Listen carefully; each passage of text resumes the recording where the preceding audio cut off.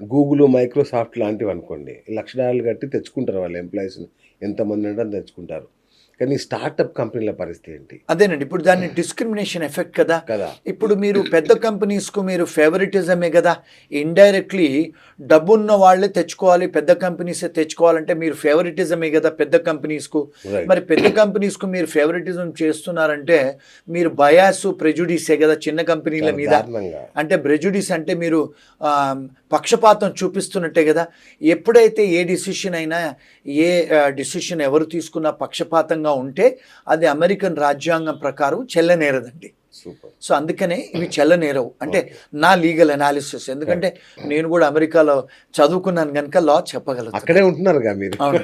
అమెరికాలో ఇప్పుడు మీరేం చేస్తుంటారు సార్ ఎగ్జాక్ట్‌లీ? అంటే మన వాళ్ళకి ఉపయోగపడే ఇన్ఫర్మేషన్.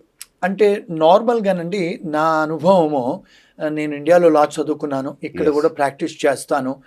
లండన్‌లో లా చదువుకున్నాను. అక్కడ ప్రాక్టీస్ చేస్తాను. ఆస్ట్రేలియాలో కూడా లా చదువుకున్నాను. అమెరికాలో కూడా లా చదువుకున్నాను. మళ్ళా పీహెచ్‌డీ ఉంది ఆర్టిఫిషియల్ ఇంటెలిజెన్స్‌లో. హ్మ్. నేను కొన్ని కన్సల్టింగ్ కంపెనీస్ కూడా అడ్వైస్ చేస్తూ ఉంటాను.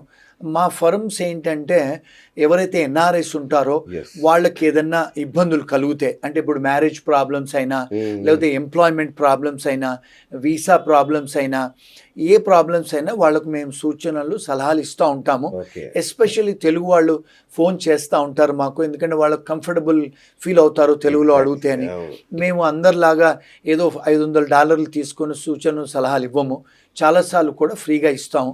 ఇచ్చి వాళ్ళకి ఏదైనా కూడా ప్రాబ్లమ్స్ హెల్ప్ చేస్తాం. రెండోది ఏంటంటే ఇక్కడ అర్థం చేసుకోవాల్సింది మీ ప్రేక్షకులు, ఇప్పుడు మీరు ఒక ఇండియన్ అడ్వకేట్ దగ్గరికి వెళ్ళారనుకోండి ఒక విడాకుల గురించి, వాళ్ళు ఇండియాకు సంబంధించిన లా ప్రకారమే అడ్వైస్ చేస్తారు. అవును. ఇప్పుడు ఎవరన్నా మీరు యుఎస్ లా దగ్గరికి వెళ్ళారనుకోండి, మీరు ఒకవేళ హస్బెండ్ అండ్ వైఫ్ అమెరికాలో ఉంటున్నారు, టెక్సాస్లో, భార్యాభర్తలకు వాళ్ళకు విడాకుల ప్రాబ్లం అవుతుంది. పిల్లలు ఉంటారు, అక్కడ ప్రాపర్టీస్ ఉంటాయి, ఇక్కడ ప్రాపర్టీస్ ఉంటాయి. ఎవరైనా మీరు టెక్సాస్లో అమెరికన్ అటార్నీ దగ్గర పోతే ఆయన అమెరికన్ లా ప్రకారమే చెప్పగలుగుతాడు.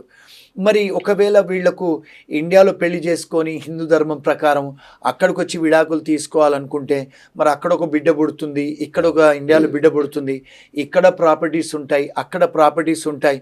మరి ఏ కోర్టులోకి వెళ్ళాలి, ఏ న్యాయశాస్త్రం అప్లికబుల్ చేయాలి, ఇవన్నీ కూడా కాంప్లెక్స్ ఇష్యూస్ అండి. చాలా. ఇవన్నీ కూడా మేము అడ్వైస్ చేస్తాం. ఎందుకంటే నాకున్న 4-5 దేశాల్లో లా చదువుకున్నాను కనుక అడ్వైస్ చేసి హ్యాండిల్ చేయగలుగుతాం. అంటే ఇవన్నీ క్రాస్ కంట్రీ జ్యూరిస్డిక్షనల్ ఇష్యూస్ అంటారండి. అలాగే ఇంగ్లాండ్లో కూడా మా ప్రాక్టీస్ ఉంది. అక్కడి నుంచి క్లయింట్స్ కూడా మేము సలహాలు ఇస్తాం, సూచనలు ఇస్తాం.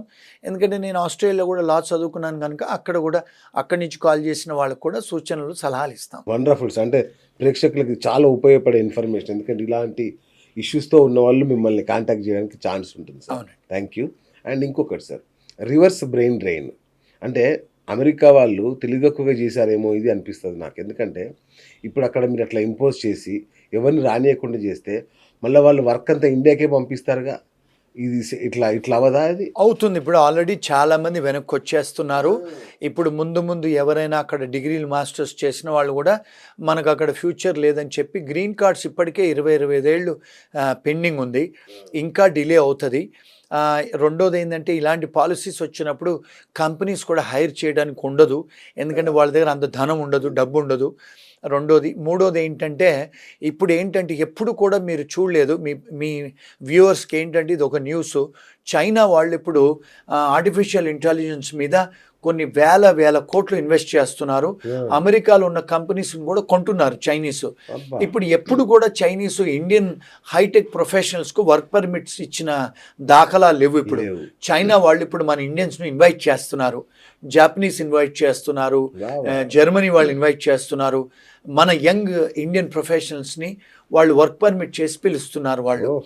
అంటే చాలామంది ఇప్పుడు అవుట్ సైడ్ అమెరికా ఆలోచిస్తున్నారు ఇప్పుడు. So that is going to be a reverse brain drain. డెఫినెట్గా జనాలు బయటి కంట్రీస్కి ఆలోచిస్తున్నారు ఇప్పుడు. అంతే కదా సార్.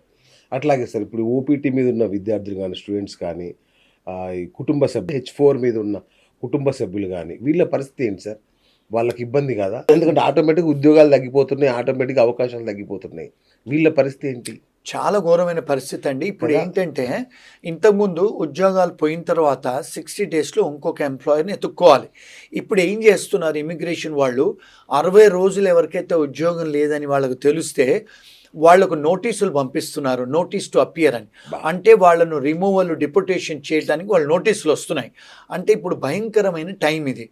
అంటే ఒకవేళ భర్తలకు నోటీసులు వస్తే భార్య పిల్లల్ని కూడా డిపోటేషన్ చేస్తారు.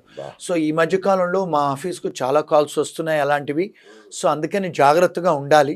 ఎవరికైతే ఉద్యోగం పోద్దో, ఎవరైతే ఎంప్లాయర్లు రివోక్ చేస్తారో వీసాలు, జాగ్రత్తగా ఉండి అక్కడ ఉండి అరెస్ట్ అయ్యి డిపోటేషన్కు మీరు గురి కావద్దండి. మీరు అలాంటి ఏమైనా 60 డేస్లో మీకు ఒకవేళ ఎంప్లాయర్ దొరకకపోతే మీ భార్య పిల్లలు తీసుకొని వెనక్కి రావటమే బెటర్. అది నా సజెషన్ అండి. ఇది లీగల్ అడ్వైస్ కాదు. అంటే ఏదైనా ఉంటే అక్కడ లోకల్ లాయర్స్ని తెలుసుకొని సంప్రదించండి. But you have to be careful నా. ఇంత జరుగుతుంటే ఈ తానాలు, నాటాలు, ఆటలు ఏం చేస్తున్నాయి సార్? వీళ్ళు ఏం చేయలేరా? అంటే వీళ్ళు అమెరికా రాజకీయాల్లో అట్లలో చాలా కీలకమైన పాత్ర పోషిస్తారు కదా, వీళ్ళకి ఏం వర్డ్ లేదా చెప్పడానికి? అంటే ఇప్పుడు మీకు ఒక విషయం తెలియాలి. అంటే నేను చెప్పిన విషయం ఆట తాట వాళ్ళు నచ్చకపోవచ్చు. వాళ్ళు ఎవరు కూడా అమెరికన్ పాలిటిక్స్లో వీళ్ళు లాబీయిస్టులు కాదండి. లాబీయింగ్ అంటే ఏంటంటే వాషింగ్టన్ డీసీలో కూర్చొని పెద్ద పెద్ద కంపెనీస్ లాబీయింగ్ చేస్తారు గవర్నమెంట్ ఆఫ్ అమెరికాకు. మన ఆట తాట వాళ్ళు ఆనవాళ్ళు వీళ్ళెవరు కూడా పొలిటికల్ లాబీయిస్ట్ కాదు. వీళ్ళు ఎంతసేపు సినిమా యాక్టర్లు పట్టుకురావటం, వీళ్ళంతా పెద్దవాళ్ళతో ఫోటోలు దిగటం, వాళ్ళు తెలుగు అంటే పండుగలు సెలబ్రేట్ చేసుకోవటమే కానీ ఎవరన్నా తెలుగు వాళ్ళు కష్టాల్లో ఉంటే ఆ డెడ్ బాడీస్ను పంపించడమే కానీ అలాంటివి చేస్తారు. వీళ్ళు పొలిటికల్ ఏం ఇంటర్ఫిరెన్స్ ఉండదండి. వీళ్ళు లాబింగ్ చెయ్యరండి మన వాళ్ళు ఎవరు. ఇప్పుడు రీసెంట్గా చూస్తే చాలా మటుకు తానాలు అవన్నీ కూడా ఇప్పుడు ఆడిట్లోకి వస్తున్నాయి. చాలా కుంభకోణాలు జరుగుతున్నాయండి.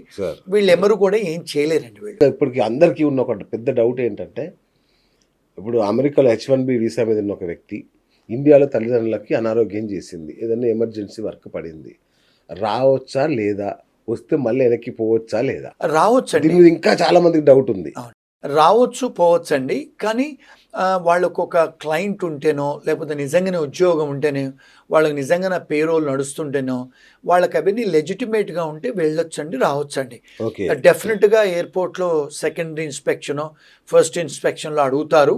అడిగినప్పుడు వాళ్ళు కన్విన్స్ చేయగలిగితే I don't see any problems అండి. అంటే ఇప్పుడు వాయిదా వేసుకోవాల్సిన అవసరం లేదు టూర్.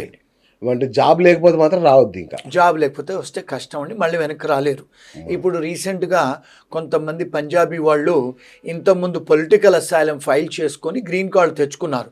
తెచ్చుకొని వాళ్ళు మీరు పొలిటికల్ అసైలం అంటే ఏంటండి, మీ దేశంతో మీకు ఇబ్బంది ఉంది అని మరి గ్రీన్ కార్డు తీసుకొని మీరు అమెరికన్ సిటిజన్స్ కాకముందు దయాభిక్ష మరి మళ్ళీ ఇండియాకు మీరు ఫ్యామిలీని అటెండ్ చేసుకొని వెనక్కి వస్తుంటే ఎయిర్పోర్ట్లో వాళ్ళని అరెస్ట్ చేసి మీకు దయాభిక్ష అని చెప్పి మా దగ్గర గ్రీన్ కార్డులు తీసుకున్నారు, మరి ఇప్పుడు మీరు ఇండియాలో భయం లేదా, మరి ఎందుకు వెళ్తున్నారని చెప్పి అరెస్ట్ చేసి కుటుంబాన్ని వెనక్కి పంపిస్తున్నారు. ఇవన్నీ కూడా మీడియా వాళ్ళు ఏం చేసి వంకరగా చెప్తారండి, కానీ అసలైన విషయాలు చెప్పరు. సో మేమంటే అక్కడ రోజు చూస్తుంటాము. మా ఆఫీస్కు బోల్డని కాల్స్ వస్తూ ఉంటాయి. నేను నా అనుభవం ఒక 35 ఏళ్ళు న్యాయం వృత్తిలో ఉన్నాను కనుక నాకు తెలుసు కనుక నేను చెప్పగలుగుతాను.